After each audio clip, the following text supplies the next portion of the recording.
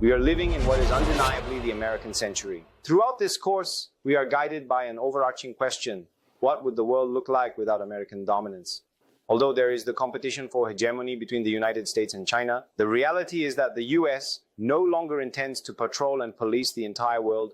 We will explore the reasons in today's lecture. Specifically, we will examine why America is stepping away from its global policing role. So understanding America's mindset is essential if we are to judge whether this assumption is valid, whether globalization can truly endure without America standing guard over the world. Will globalization collapse as America loses interest in Eurasia? This is one of the most critical questions we must try to answer. And it is with that question in mind that we move forward. In our last session, we discussed whether the United States truly succeeded in World War II. Now, after World War II ended, the US president during the Korean War was from the Democratic Party. This was Franklin D. Roosevelt, the only US president ever elected to 4 terms. Toward the end, it was clear he didn't have much time left, making the choice of vice president critically important. Roosevelt, after careful deliberation, selected a running mate whom he judged to have the fewest flaws compared to others. This running mate, after just 80 days as vice president, ascended to the presidency. But he was a realist.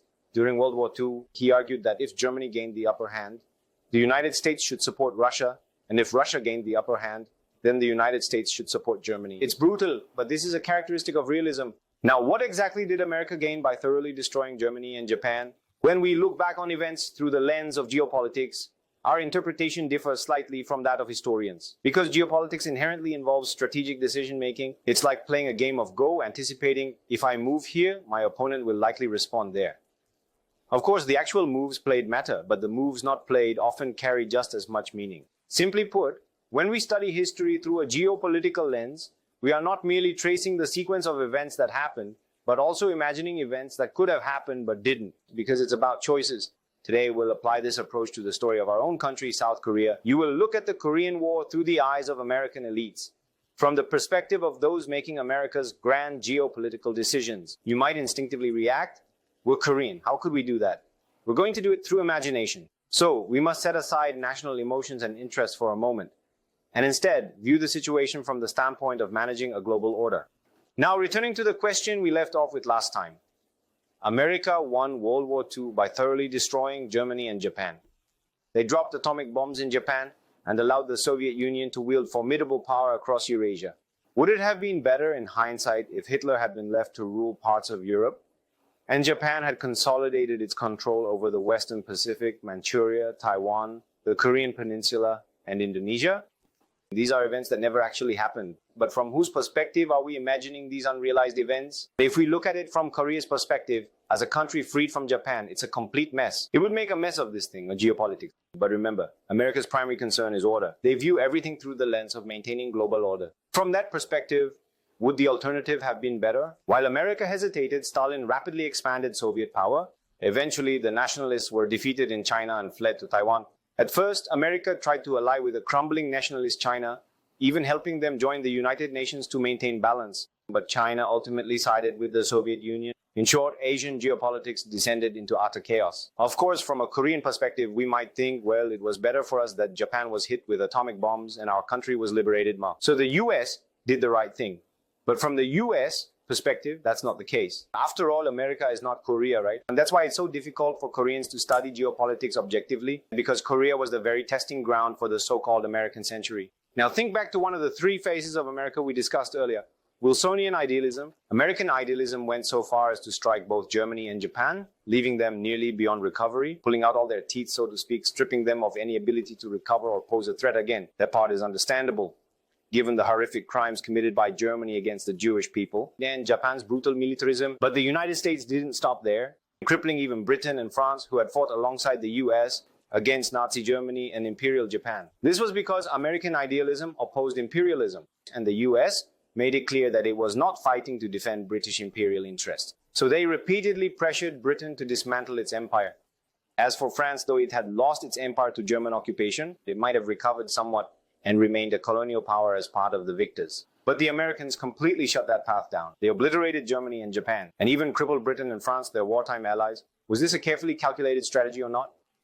Imperialism is evil. Did they act purely on that conviction, or did they truly think through the consequences? Amid the chaos and horror of war, idealism surged and fully bloomed in a wave of emotional fervor. Idealists, in their zeal, ended up creating a colossal mess. And then what? The Middle East, formerly under British rule, and Southeast Asia, once governed by France, along with Korea, Taiwan, and Manchuria, which had been under Japanese control, ultimately became geopolitical burdens for the United States. And for how long? Even to this day.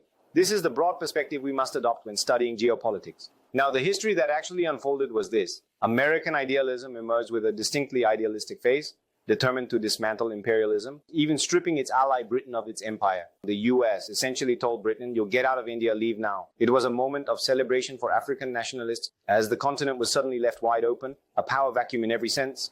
Was that really a good thing? A stable world order may only emerge after the ambitions of great powers are sufficiently curtailed, and that often requires passing through a period of chaos. Because one of the first axioms of geopolitics is this: there is no such thing as a power vacuum. Any void will inevitably be filled by another actor. This is a truth that many find difficult to accept. That's why idealism often joins forces with conspiracy thinking, allowing both to flourish unchecked. So, for example, the logic is, talking about a country like our own, Korea, some argue, wouldn't it be possible to remain strong and sovereign without falling under the influence of China or Japan?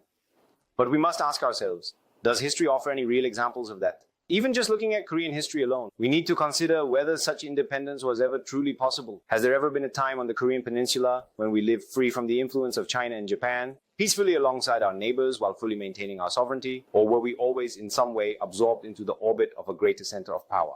That's what I've been reflecting on. Now then, think about Ukraine instead of Korea. Take Ukraine, for instance, a nation situated on the plains, yet neither overtaken by Germany nor under Russian influence, maintaining its independence. Has that ever happened in the history of Ukraine, or Poland for that matter? No, it has simply never been the case. Roosevelt was a president with a strong realist disposition. After all, during his presidency, the executive branch held unprecedented power, and he remained in office for an extended period. So rather than being just another citizen temporarily serving as president, Roosevelt was historically unique in the American context. He was almost king-like in many ways. He carried a sense of authority like a paternal figure and wielded enormous discretionary power. He was able to step somewhat outside the bounds of traditional American political norms, which meant he didn't always have to align his rhetoric precisely with his policies. Thus, Roosevelt, by effectively entering World War II, was able to present the face of idealism while pursuing fundamentally realist policies. Roosevelt, in his own way, carried out a realist policy. What that means is he exhausted the Soviet Union in Europe. So Roosevelt was deeply disappointed when the Soviets signed a non-aggression pact with Nazi Germany. At that time, America had not yet entered the war, because back then America was dominated by Jacksonian sentiment, the idea that World War I had led only to pointless deaths, and that America must never intervene again. Due to the dominance of isolationism at the time, even after the outbreak of World War II, the United States could only lend weapons. He was unable to take direct action. However, Roosevelt foresaw that if Nazi Germany overran all of Europe, it would be a geopolitical disaster for the United States. So, in one way or another, he hoped for an Allied victory. But with Allied forces severely weakened, France's resistance not being a viable force, the United Kingdom was the only power left standing. Roosevelt reasoned that it would be better if the Soviet Union fought against the Nazis, and he invested significant effort toward making that happen. And while the US did not directly provoke the conflict between the Soviets and the Nazis, the United States provided the USSR with substantial military support through programs like Lend-Lease, as we discussed last time. America faced fundamental limits in its ground forces, so whenever it seeks to exert influence over Eurasia, it tends to rely primarily on naval and air power, along with logistics, because America is rich in material resources. This was clearly demonstrated during World War II. The US effectively exhausted the Soviet Union in Europe. In response, seeing how overwhelmingly powerful the United States had become, the Soviet Union turned to exhaust the US in East Asia, and that led directly to the Korean War. It was essentially a tit-for-tat exchange. After that, the two blocs became fixed in place, creating a balance of power. But then the United States became involved in Southeast Asia. While the Korean War is somewhat understandable, there are still lingering questions, even to this day, about why the US entered Vietnam and became entangled in Southeast Asia at all. At that point, the United States, as a global hegemon, had lost much of its respect and prestige. It was then that brilliant realists emerged, most notably the Nixon-Kissinger duo, who took extraordinary measures to pull America out of the quagmire that was Vietnam. They sacrificed pieces on the board and upended the entire game. Specifically, they opened détente with China, and in doing so, tightened the pressure on the Soviet Union. This trajectory eventually led to the collapse of the Soviet Union, marking the end of the Cold War. In retrospect, the United States made few consistently successful moves in the realm of geopolitical strategy, and yet, despite its many missteps, it ultimately emerged as the final victor. It's astonishing, as Peter Zeihan puts it, America is a country that can afford to make mistakes. It has enough margin for error to survive its mistakes. Another noteworthy trait of the American people is that they learn from their mistakes. That in itself is a deeply admirable quality, even in the realm of geopolitics. Yet, because these three faces of America are so dynamic, they often end up repeating the same patterns. When thinking about American geopolitics, remember, America's main adversaries were the Soviet Union and China. You must understand the concept of America's strategic ambiguity. Why is that? Because America is a democracy. Public opinion carries enormous weight. Although administrations typically last 8 years, the executive branch is subject to change every 4 years, making it inevitable for leaders to be highly sensitive to both public sentiment and electoral outcomes. As a result, American strategists often end up revealing their hand. Not because they want to show their cards to the enemy, but because they must show them to their own people. It's not that they want to reveal their strategies, but scandals like Watergate show how American journalists, seen as heroes, expose everything. They dig relentlessly. Did you really not do it until the truth is exposed? Adversaries can observe and adjust their strategies accordingly. When designing his Cold War strategy, America's greatest worry was this. What was the priority? Of course, securing America's national interest, but more immediately, avoiding full-scale war with the Soviet Union. That's the premise of the Cold War. Now think about it logically. If your stated goal is to avoid conflict with someone you're already in direct opposition to, where your interests are fundamentally at odds, starting with ideology. At every level, you are in sharp conflict, and yet you declare, my goal is to avoid fighting you. Does that start you off from a position of strength or weakness? Clearly, you're entering already on the back foot. The opponent now has the freedom to maneuver. That's why one of the most important concepts in American strategy is initiative. The key dilemma is this. How can you maintain strategic initiative even when you're forced to reveal your hand? The best the US can do in such circumstances is to draw clear red lines. If you cross this line, it will mean war. This is tied to our vital national interests. In practical terms, the United States declared that certain regions, like Western Europe and Japan, were untouchable because these must remain industrial hubs. Their industrial capacity is immense. If either fall into enemy hands, if even one is lost, it would eventually lead to the collapse of the US position. So the message was clear. Western Europe and Japan are off limits. But from the enemy's perspective, remember, communism is revolutionary in nature, almost like a religious war. It must expand itself to validate its very existence. So from the communist perspective, wait a minute, the US just drew a red line around Japan and Western Europe, that they are their vital interests. Then what about the rest? What does that imply? Does that mean places like the Korean Peninsula and Southeast Asia, territories formerly under Japanese control, are fair game? And what about Taiwan? They'd naturally wonder. Then America would respond, no, Korea is off limits too, and so is Taiwan. They're peripheral interests crucial to defending our core interests. But even so, Soviet analysts and intelligence officials would naturally question whether those statements were merely rhetorical or truly backed by the will to act. That uncertainty led them to probe, to test America's true intentions. During the Cold War, no wars broke out where America had drawn a clear vital interest red line. But in areas America identified as peripheral interests, wars erupted and America got sucked in. Those places were Korea and Vietnam. How could they manage this? The United States pledges to defend Taiwan. But then there's the issue of Taiwan's offshore islands, like Kinmen, which you can see in this photo. It's part of Taiwan, but doesn't it resemble North Korea in its isolation? The surrounding area is entirely Chinese territory. Fujian province, it's like having a North Korea-controlled island right next to Uido in Seoul. In the 1950s, Mao Zedong tested the waters by shelling Kinmen.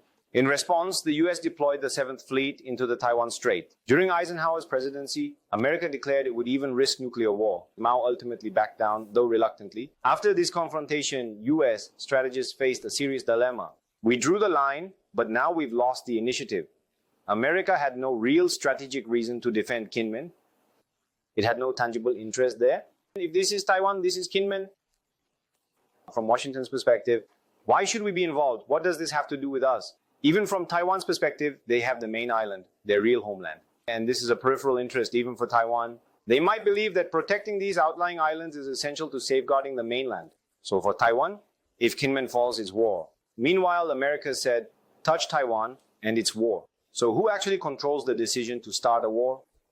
The enemy gains that power. That's the cruel trap US strategists found themselves in. The more clearly they draw red lines to protect US interests or uphold the international order they've built, the more they lose strategic initiative. Why? Because they're adversaries. Dictatorships that didn't worry about elections, public opinion, or press briefings, though not absolute, had far more flexibility. They faced enemies with far greater discretion. But in America, the president is still just one citizen among millions. If the media or Congress turns against them, they're finished. What exactly are you doing? Why did you send the fleet there? He must explain himself to the people and thus to the enemy as well. When reflecting on the strategic missteps the United States made in the Vietnam War or the Korean War, one crucial factor we must not overlook is the systemic nature of the American political structure. Because America is a democracy, it has to show its cards. not just to its own citizens, but inevitably to its enemies as well. Yet America's unique geographical advantage lies in its isolation, flanked by the Atlantic and Pacific Oceans, and this positioning enables a recurring resurgence of Jacksonian isolationism. If an overseas engagement proves too difficult or costly, public sentiment can quickly shift to, let's just focus on ourselves. Why bother with these complicated entanglements? In this way, American foreign policy often swings like a pendulum. Look at how America lost the war in Afghanistan, right? They were defeated and withdrew.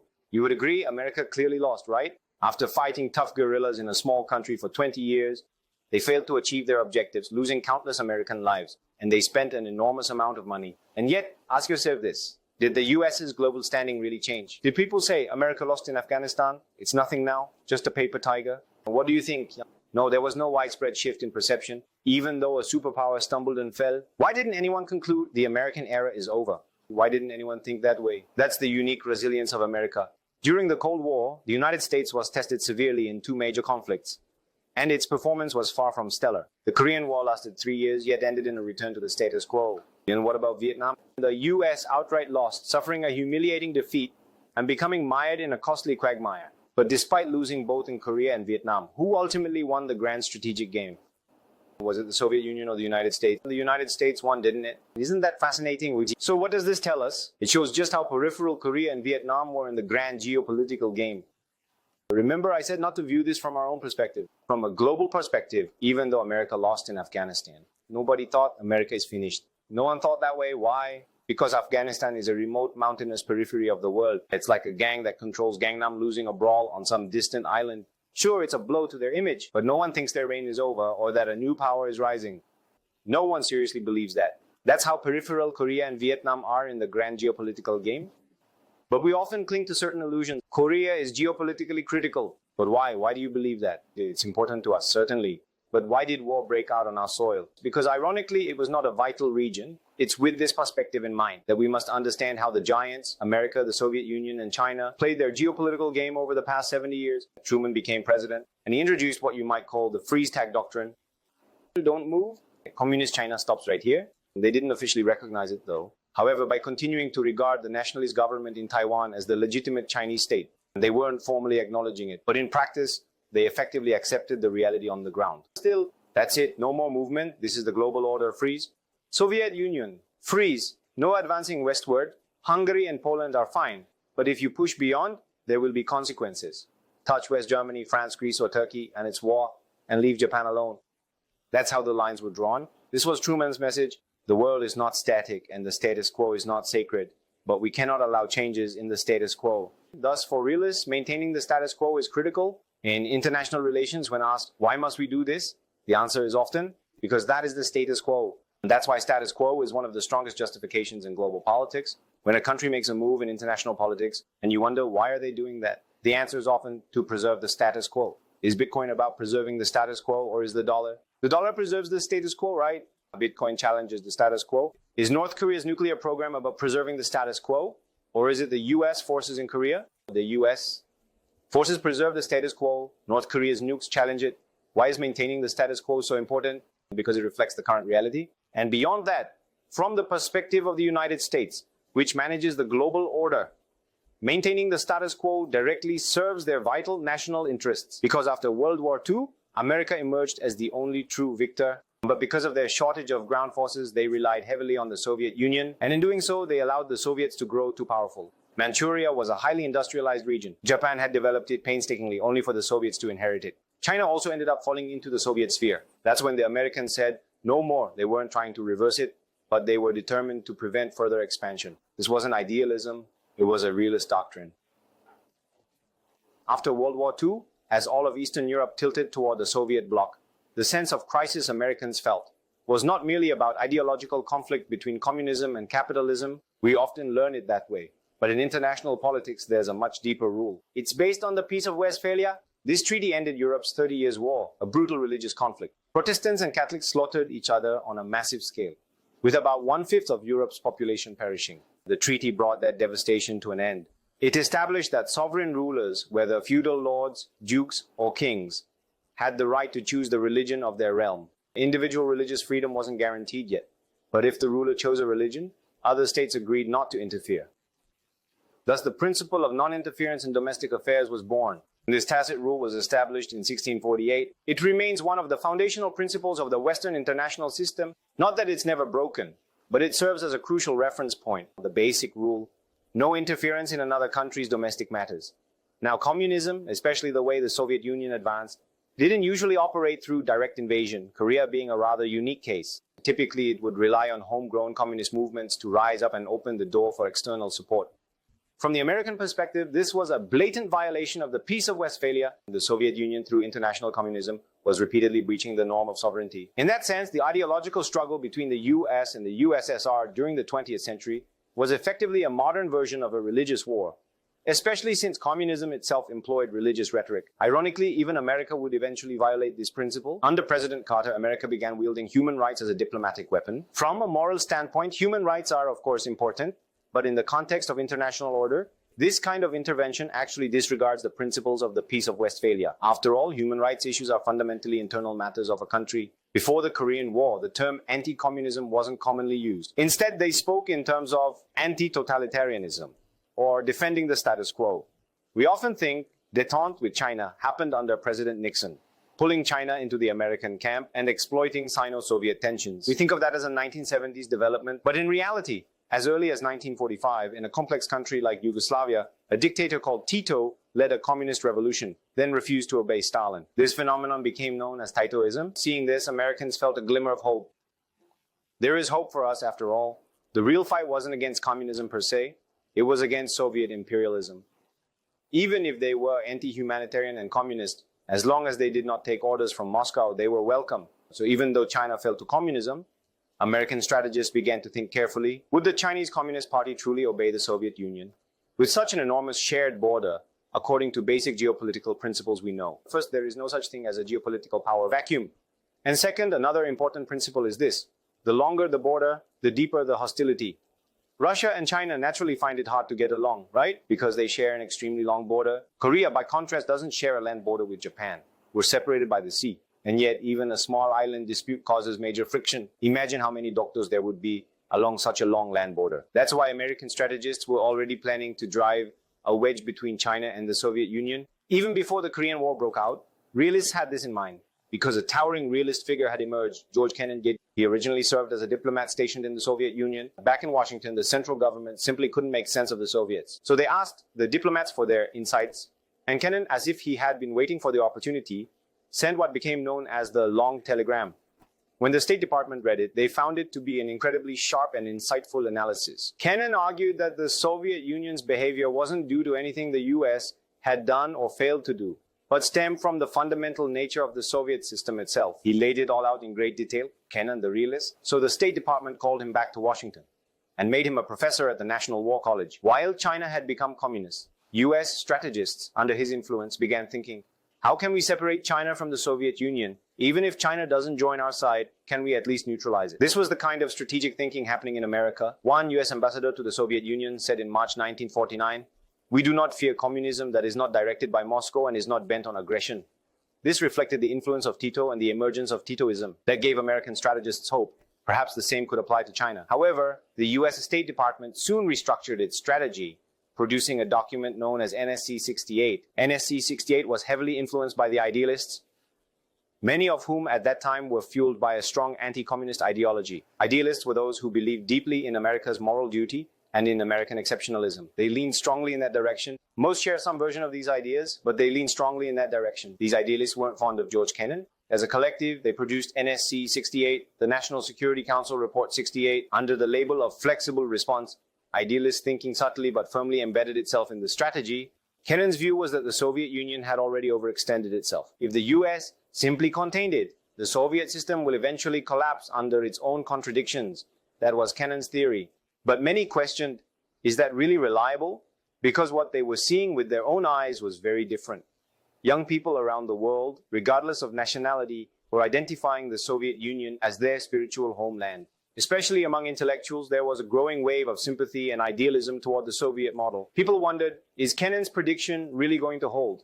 That's why an idealistic critique of realism emerged. Critics of realism often cite examples like this. An old Bedouin elder once believed that eating a turkey would restore his youth, so he bought a turkey, kept it next to his tent, and fed it generously every day. One day someone stole the turkey. The elder called his sons and said, "My sons, we are in great danger. Someone has stolen my turkey." His sons replied, "Father, why does the turkey matter so much?" The elder answered, "Never mind the reason, just bring back my turkey." But the sons ignored his request. A month later, someone stole the elder's camel.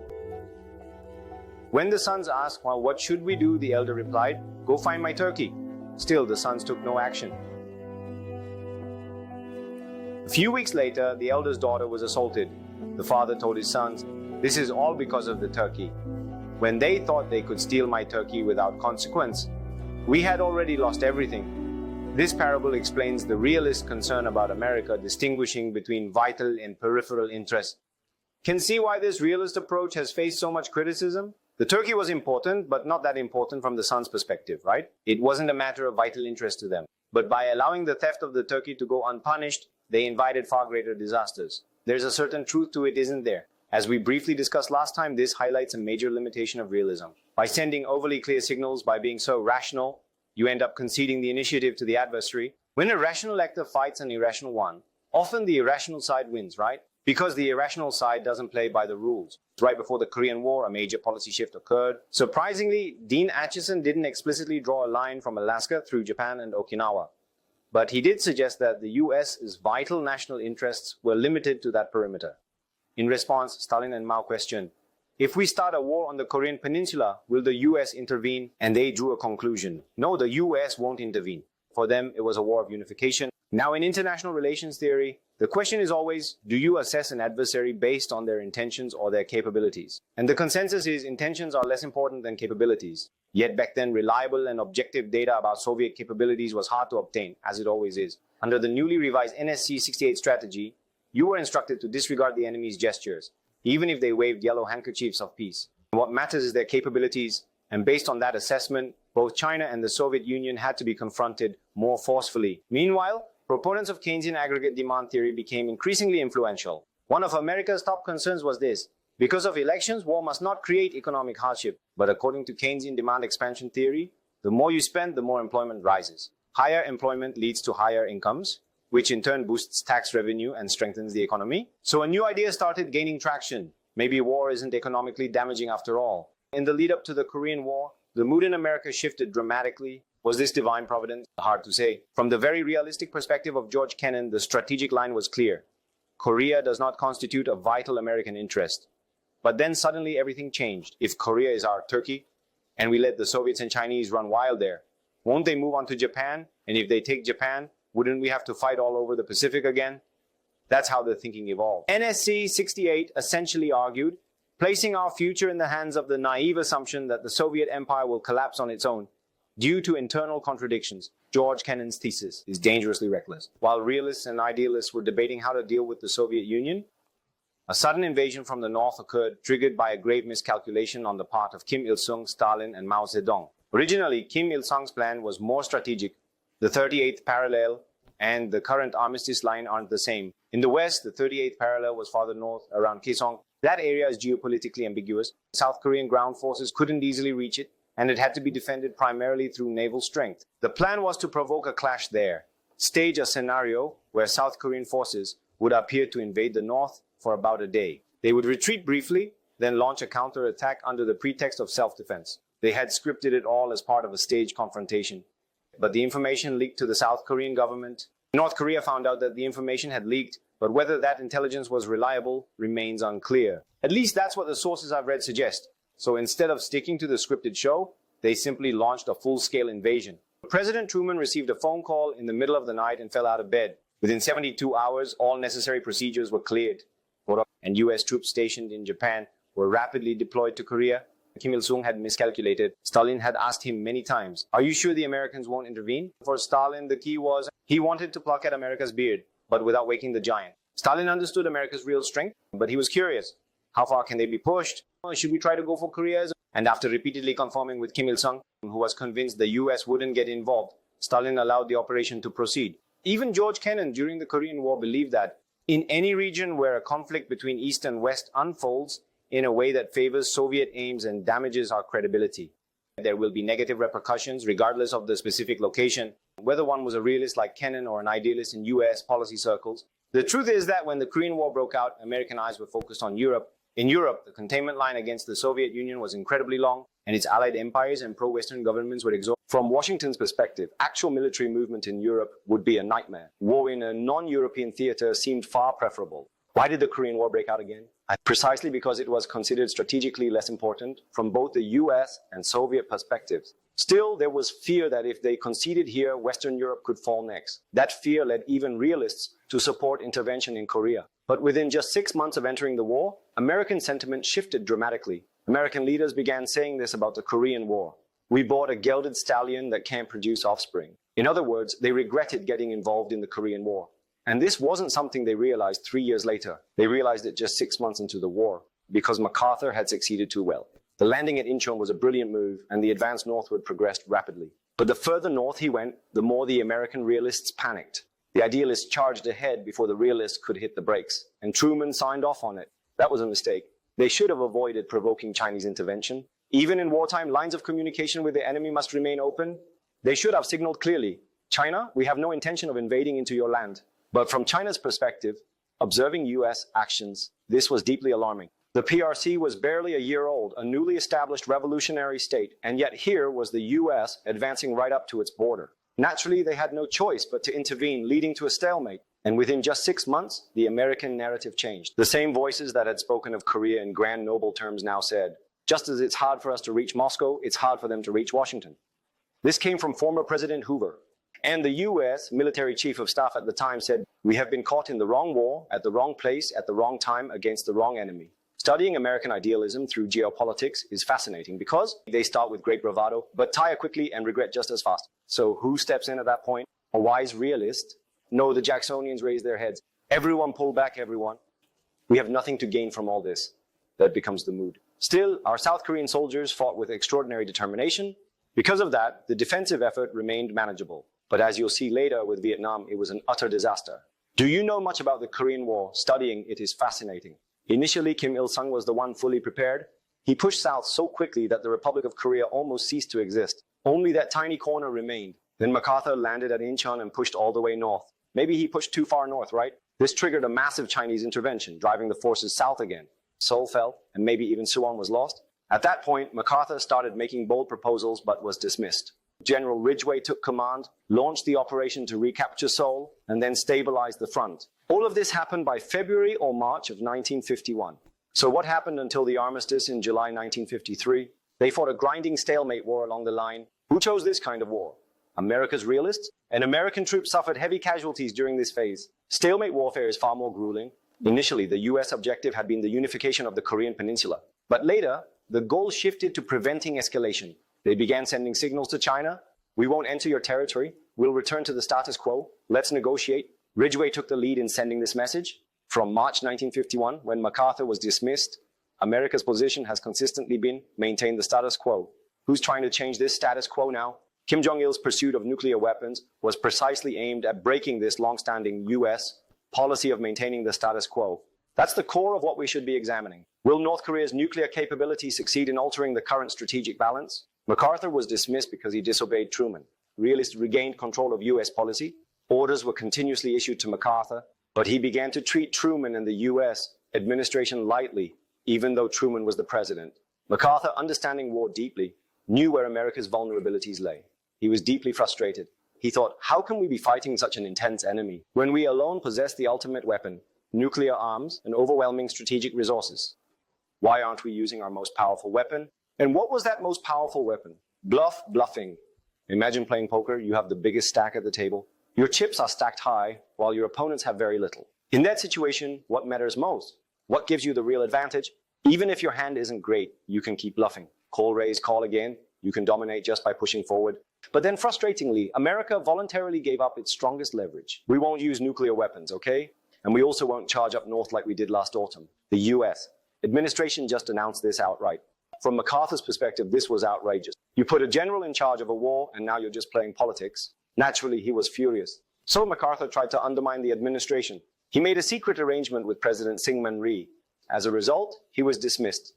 And MacArthur was absolutely livid. When he returned to America, he was technically a civilian. Yet huge crowds came out to welcome him. Just look at the photos. He went on a national tour across the United States. Despite being a civilian, he gave a major speech before a joint session of Congress.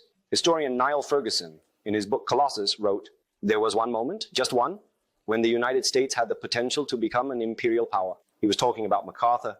That's how intense the public fervor was at the time. Many ordinary Americans were fed up with the elite realists. What are those idiots doing, letting the communists take over China? MacArthur knows how to win wars, back him up and push forward one more time. That's what people were thinking. Unfortunately, when MacArthur testified before Congress, he showed he had an expert grasp of East Asia, but he was clueless about Europe, and he ended up getting outmaneuvered by a much younger military chief. As a result, MacArthur's popularity suddenly plummeted. He even ran as a Republican vice presidential candidate, but lost to the Eisenhower-Nixon ticket. So Ridgway, after retaking Seoul, sent a clear message to the Chinese and North Korean forces: "We won't advance any further, we'll hold the line here." And the Chinese responded. They started digging tunnels because America's strength was in air power, not ground troops. And if you want to defend against airstrikes, what do? You go underground. Who was watching all of this? Ho Chi Minh. That's why Korea, Vietnam, and Taiwan are geopolitically intertwined. Without the Korean War, the Vietnam War likely wouldn't have happened either. At the time, France had wanted to reassert control in Vietnam, but America couldn't intervene because it was tied up in Korea. And they just sent money and supplies to the French. Meanwhile, Ho Chi Minh and others were studying the Korean War, learning America's vulnerabilities. They realized digging tunnels works against American air power. In battles like Bang Magoji were, strategically speaking, fought over meaningless barren hills. From a cold geopolitical perspective, especially from America's viewpoint, even the Korean peninsula wasn't vital to the US, let alone a remote ridge in Gangwon province. And yet, tens of thousands died fighting over a 200-meter hill. Why? Because it was a war of attrition. What kind of war? A war fought only to hold the stalemate. Whose war was it? Stalin's. Why did Stalin want this stalemate? This is the fascinating part of geopolitics. Stalin repeatedly sabotaged armistice talks. Only after Stalin's death did the armistice finally happen. By then, both America and China had buried countless soldiers in Korea. Ironically, fewer American troops died during MacArthur's rapid advances. It was the meaningless offensives on barren hills fought just to gain leverage at armistice talks where most deaths occurred. Think about it. If it had been MacArthur, he wouldn't have fought like this. MacArthur would have gone straight for Wonsan. These guys aren't serious about negotiating. Fine, we're landing at Wonsan. That's what he would have done, right? Then the Chinese and others would have felt the heat, been forced to respond. Instead, they dug in everywhere. And no matter how much firepower was poured in, it only affected the mountains. They just went underground. For 2.5 years, the war dragged on. Not as a war, really, but as politics dressed up as warfare. You have to not understand how these geopolitical games work. Now imagine, knowing all of this, you were a soldier deployed to the front during this time, standing guard at night over some hill, utterly meaningless. It was just a war of nerves for armistice negotiations. And yet, the narrative was framed like this. If we lose this hill, it opens a path all the way to Seoul. But what path? No one's coming through, even if you pave the road for them. Why not? Because both sides wanted a stalemate. Shaking up the board now would just complicate things. All real decisions were made in Washington, Moscow, and Beijing. Nothing is decided at the front. Can we advance? Ridgway would cautiously seek approval, reading the political winds, and the answer would come, no, hold your position. They had learned their lesson from the MacArthur fiasco. MacArthur's brilliant Incheon landing had been followed by disaster when he pushed too far north. At the end of the day, even war is politics. Now let's look at Stalin's perspective, his geopolitical logic. A book called The Korean War Lies, based on newly declassified Soviet and Chinese documents, explores this. It wasn't written by Korean scholars, but by Chinese and American academics. According to the book, during Mao Zedong's revolutionary campaign, Stalin told him not to cross the Yangtze River. Even the Soviets were cautious of how the US would react. After all, they were allies with China. Stalin genuinely believed that if Mao crossed the Yangtze, the US would step in militarily. But the US did nothing.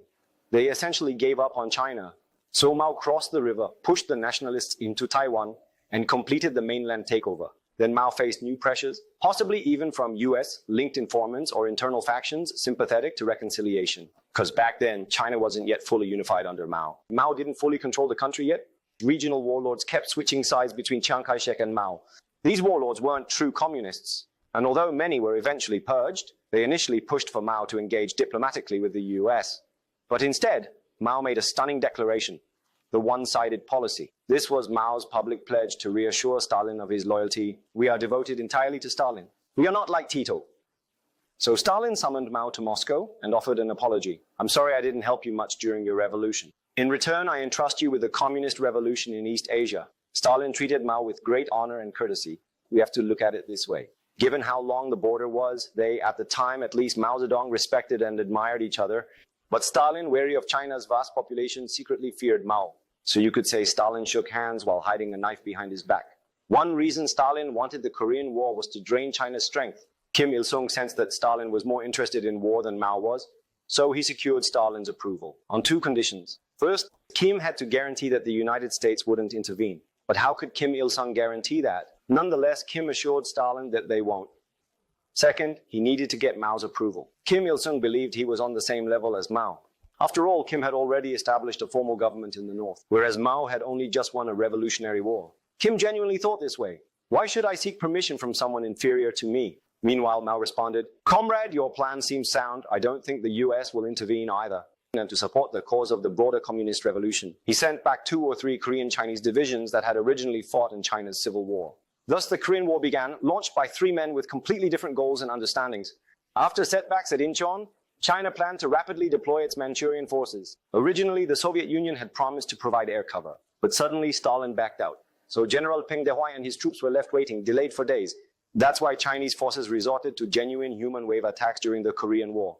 They advanced without any air support or naval artillery backing. Despite overwhelming US air superiority, they pushed forward. Can you imagine the level of sacrifice that entailed? So, did the Chinese forces and Kim Il-sung's army get along? Not at all. There was a major dispute over who should hold command. The Chinese assumed Peng Dehuai should command, since North Korean forces had been almost annihilated. But Kim Il-sung's legitimacy rested on nationalism. He refused to yield command, escalating the issue to Stalin. Stalin sided with Peng, resolving the dispute. So in a way, the Korean War was both the starting point and end point of the Cold War. That's the strange artistry of history. It seems like history is shaped by human calculation, but often it is beyond our control. Why is that? Because China was the only one who could claim victory in that war. Kim Il-sung didn't even break even. South Korea suffered terribly and America lost face. But for the Chinese, the message was, we're a brand new country and we stood toe-to-toe with America and won. Think about it. This was the only war communist China could truly claim as a victory, and in their own national memory too. Did the Chinese communists drive out the Japanese number? Apart from the Chinese Civil War, this was the only war they could proudly showcase to their own people. We went toe-to-toe with America and we won. That became the narrative. But it was a war born out of Stalin's shrewd geopolitical calculations, and at the critical moment, Stalin let go of China's hand. In the 1960s, China and the Soviet Union clashed along the Ussuri River. Their border dispute escalated into a real confrontation. At that time, the Soviets had a back channel to the US. And during Nixon's presidency, they asked a shocking question. If we launch a nuclear strike on China, will you stay out of it? They directly asked America. Nixon publicly addressed this question during a cabinet meeting. We cannot allow China to fall back into the Soviet camp. After a brief consultation with Kissinger, Nixon made that official statement. Hearing this, the Soviets were stunned. Yikes. At that time, China had no intention whatsoever of cozying up to America. That's when China fell in love with America. Why would the US support us if we're attacked by the Soviets, they wondered.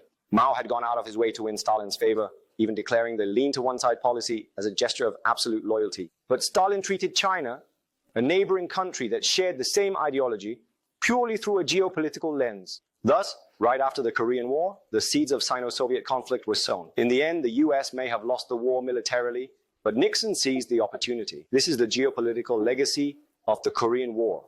The United States lost 150,000 lives, but what it gained in return wasn't all that clear. Instead, its eyes turned to Western Europe. In Western Europe, defense was strengthened. NATO had previously been more of a consultative body, but after Korea, it became a full-fledged military alliance with an American general as its supreme commander. Watching the Korean War unfold, even proud nations like France grew fearful. They essentially said, please, big brother America, you do it.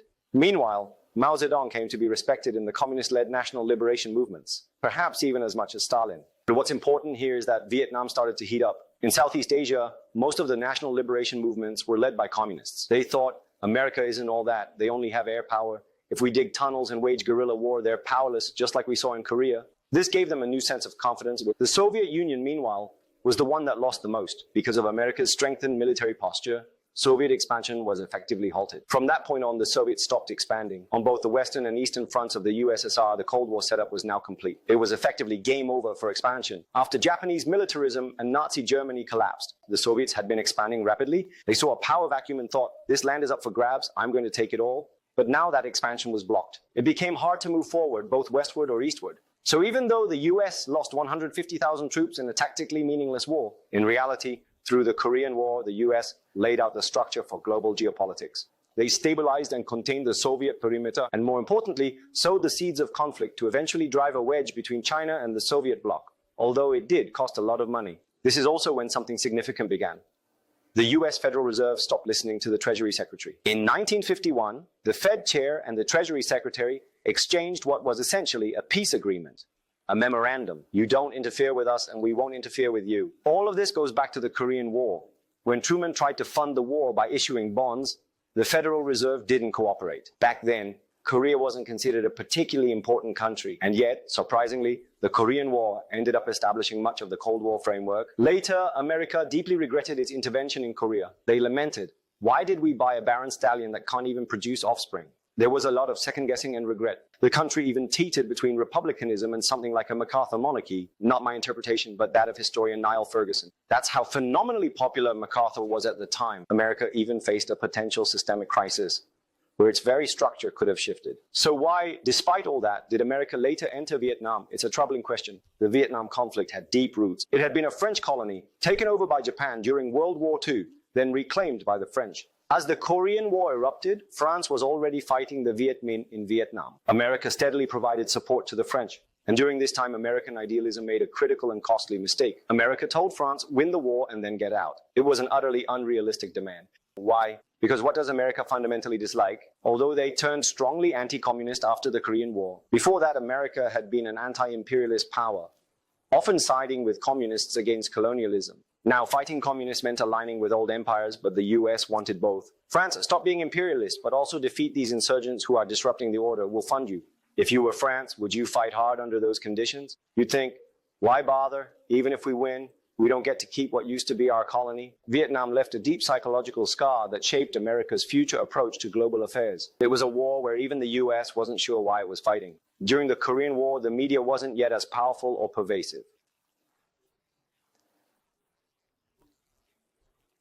Also, people were relatively naive, and there was widespread ideological hostility toward communism. But by the Vietnam War, the baby boomers were college students, and they found their voices. They viewed the older generation, those who had fought in World War II and Korea, as outdated, authoritarian figures. This spawned a deep anti-authoritarianism, and opposition turned radical. They began spreading the ideology that America is the root of all evil. In the US, this became the hippie movement. In Western Europe, it was the rise of the '68 generation. And to be fair, Vietnam was a miss. America, lacking better options, backed a man named Ngo Dinh Diem.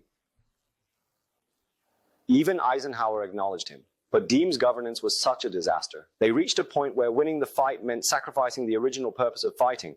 As the fighting continued, America started looking less like a democracy. The same dilemma appeared later in Iraq and Afghanistan. Plenty of movies portray this.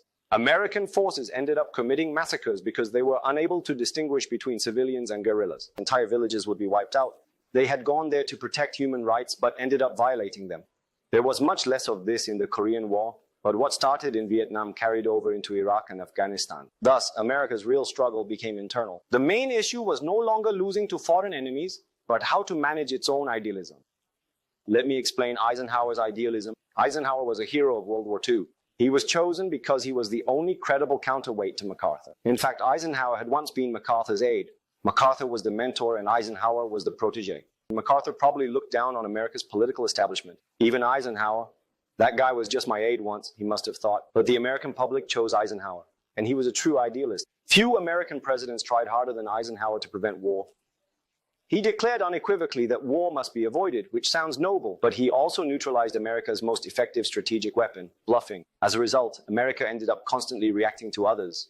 The clearest example was the Suez Crisis. Egypt's nationalist leader Nasser took control of the Suez Canal, a place with over 100 years of geopolitical significance. America had never managed global empire before. They didn't fully grasp how critical the Suez was geopolitically. They simply viewed it as a moral and legal issue. Thus, when NASA nationalized the canal, America failed to understand why Britain and France saw war as unavoidable. They interpreted the crisis through an idealistic lens. They kept insisting no war, sending envoys to mediate. But France and Britain completely ignored them. They said, America doesn't know anything. They've never managed the world. Let's ditch those fools and handle this ourselves. So they persuaded Israel to launch an attack. Eisenhower saw this and said, you've crossed the line.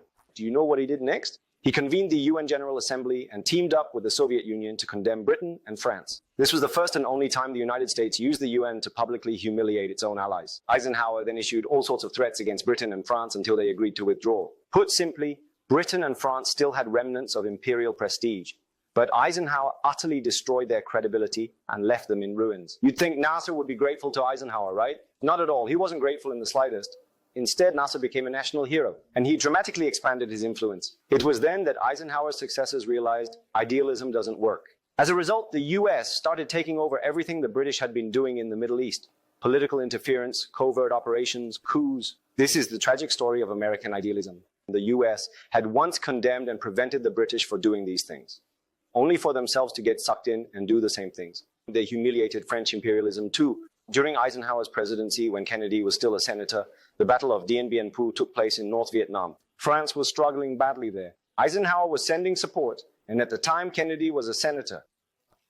Kennedy protested, "Don't help them. Isn't that just a French colony?" But then France withdrew, deciding to abandon its colonial ambitions. At that point, he said, "Vietnam is now our problem. We can't give it up." Kennedy sounded heroic, stylish even. But was Kennedy's personal life moral or immoral? Anyone who thinks JFK had a moral private life is living in a fairy tale, right? He was infamous for bringing women into the White House. No one thinks JFK was morally upright in his personal conduct. Nixon, on the other hand, was a small town guy, not an Ivy League elite. What do people think when they hear Nixon? Probably corruption, right? Yet Nixon's private life was clean. But when we talk about idealistic charisma, who comes to mind? Kennedy or Nixon? Kennedy.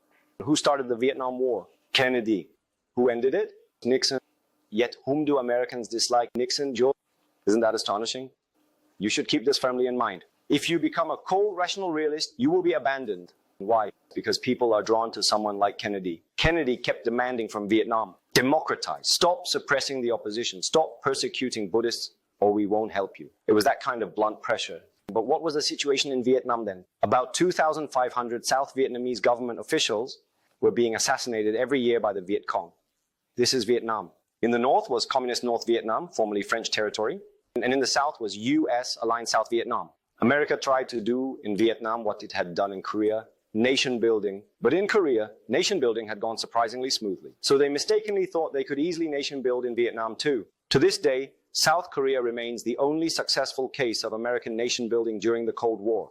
Nation building is a task that requires an enormous amount of time. Kennedy's idealism didn't have the patience for that. Ngo Dinh Diem's regime was indeed a dictatorship, yet it was far less brutal than Ho Chi Minh's. Diem clashed with the Buddhist community in Vietnam. That's when Buddhist monks began self-immolating. You've seen the images, right? At that time, the Kennedy administration drew a red line. But Ngo Dinh Diem scoffed at Washington. What do those fools know about reality? So what did the US decide to do? They ordered the South Vietnamese military to stage a coup. How did they give the order? We'll support you directly. No need to go through Diem's government. What America wanted was for Diem to be arrested, put on trial, and exiled peacefully to the US. But instead, they beat him, killed him, and took photos like this. His own subordinates brutally him and even took pictures to celebrate. Kennedy's idealism ended up replacing Diem with these kinds of men. The new leaders just kept overthrowing and killing each other. Regimes changed 7 times in a single year. I'm showing you the essence of American idealism. On November 2nd, 1964, Vietnam's only real hope, Ngo Dinh Diem, was killed. He still had some legitimacy. He had risen as a nationalist leader through a royal coup. And he was better than the military warlords who followed. But because of his repression of Buddhists, he was brutally killed. America was shocked. Wait, they killed him? This isn't the American way. That's what idealists believed, universal values. But in that environment, if you didn't kill first, you got killed. And that was the brutal reality they operated under. There's no such thing as trials or prosecution. That kind of culture doesn't exist there. So Ngo Dinh Diem was killed on November 2nd. And who died 20 days later? Kennedy was assassinated. History moves by strange providence. You cannot sow such karma and expect to walk away untouched. By then, television had become widespread, and American reporters were filming everything in Vietnam. They broadcast atrocities committed by Vietnamese forces, but could they report atrocities committed by North Vietnam or the Viet Cong? No, they couldn't. If media had operated this way during the Korean War, America might have withdrawn during the stalemate. This is a chronic American problem. They lose balance. Public opinion constantly swings between two extremes: total withdrawal or total annihilation by nuclear force. So who became President? Nixon, and with Henry Kissinger, he saved the country. To briefly explain, why didn't a stalemate work in Vietnam as it did in Korea? America is a maritime power. Did Korea have the right conditions for that? In Korea, the US Navy could approach both the Yellow Sea and the East Sea. The seas were under American control. But in Vietnam, that wasn't the case. There was neutral Laos, and there was the Ho Chi Minh Trail. Cleverly, Ho Chi Minh routed it through Laos and Cambodia. These were neutral countries, so America couldn't bomb freely. Thus, Viet Cong forces kept flowing south to destabilize South Vietnam. America was stuck and couldn't do much. The enemy understood America's weakness, its sensitivity to public opinion. That's where the game was lost. After becoming president, Nixon started thinking strategically. Originally, Nixon was a staunch anti-communist. He was Eisenhower's vice president. So people didn't realize Nixon was actually a realist. But Nixon was indeed a realist. Thus, America's new motto became, "Don't turn Vietnam into another Korea." Thus, Nixon's strategy was not to charge upward like MacArthur. The goal was to force a stalemate. But in Vietnam, a stalemate actually worked against US interests. They should have pushed deeper instead. But what was the concern about pushing north? It was China's backyard. Thus, Nixon sought détente with China to get tacit approval. They pursued détente to stabilize the region. Through détente, Zhou Enlai granted permission, essentially saying, you can escalate the war as long as you agree to withdraw afterward. So Nixon didn't wave peace signs. He bombed North Vietnam heavily. He even expanded into Cambodia. Then he dragged the parties into peace talks and drew firm lines. It was geopolitical artistry, but Nixon fell from power. Because Congress passed a law stating, without the approval of Congress, American troops cannot be stationed overseas for more than 60 days. These crazy people, these idealists, passed that law. And afterward, Ho Chi Minh's forces pushed forward and took control, but the American public didn't realize it didn't happen right after Nixon drew the line. Don't confuse it with the Afghanistan withdrawal. There was a 2-year stalemate, and only after Ho Chi Minh gained confidence, watching the US leave, only then did they say, America's not coming back, and march down. So Americans watched the fall of Saigon on live TV. Nixon later reflected, if I hadn't resigned, Vietnam would not have fallen to communism. He had saved America under extremely difficult circumstances. Watch the movie Nixon sometime. Oliver Stone, a well-known American liberal, directed it. When he made that movie, he got heavily criticized. Because when Stone made the movie Nixon, Hollywood was filled with people who had personally experienced Nixon's fall from power. To them, bringing down a fearsome, patriarchal authoritarian like Nixon was a triumph. It was like a generational badge of honor, similar to Korea's 386th generation. They thought Oliver Stone was on their side. But he went and made a film that basically praised Nixon, even though Oliver Stone is a liberal. When he studied Nixon, he realized Nixon was simply too colossal a figure. Nixon's lifelong complex was Kennedy. Kennedy, the son of wealth. Nixon, the son of a working-class humble home. Kennedy, an Ivy League graduate. Nixon, from a small regional college. Kennedy, handsome. Nixon, not so much. Kennedy, popular with women. Nixon, not really. There's a line in the movie that captures this. People love you. Why? Because they see the future in you. But they hate me, because in me they see the unwanted reality. You started the war, and I ended it. But because I showed them reality, they want me to vanish with the shame of that war. That's it for today. See you next week.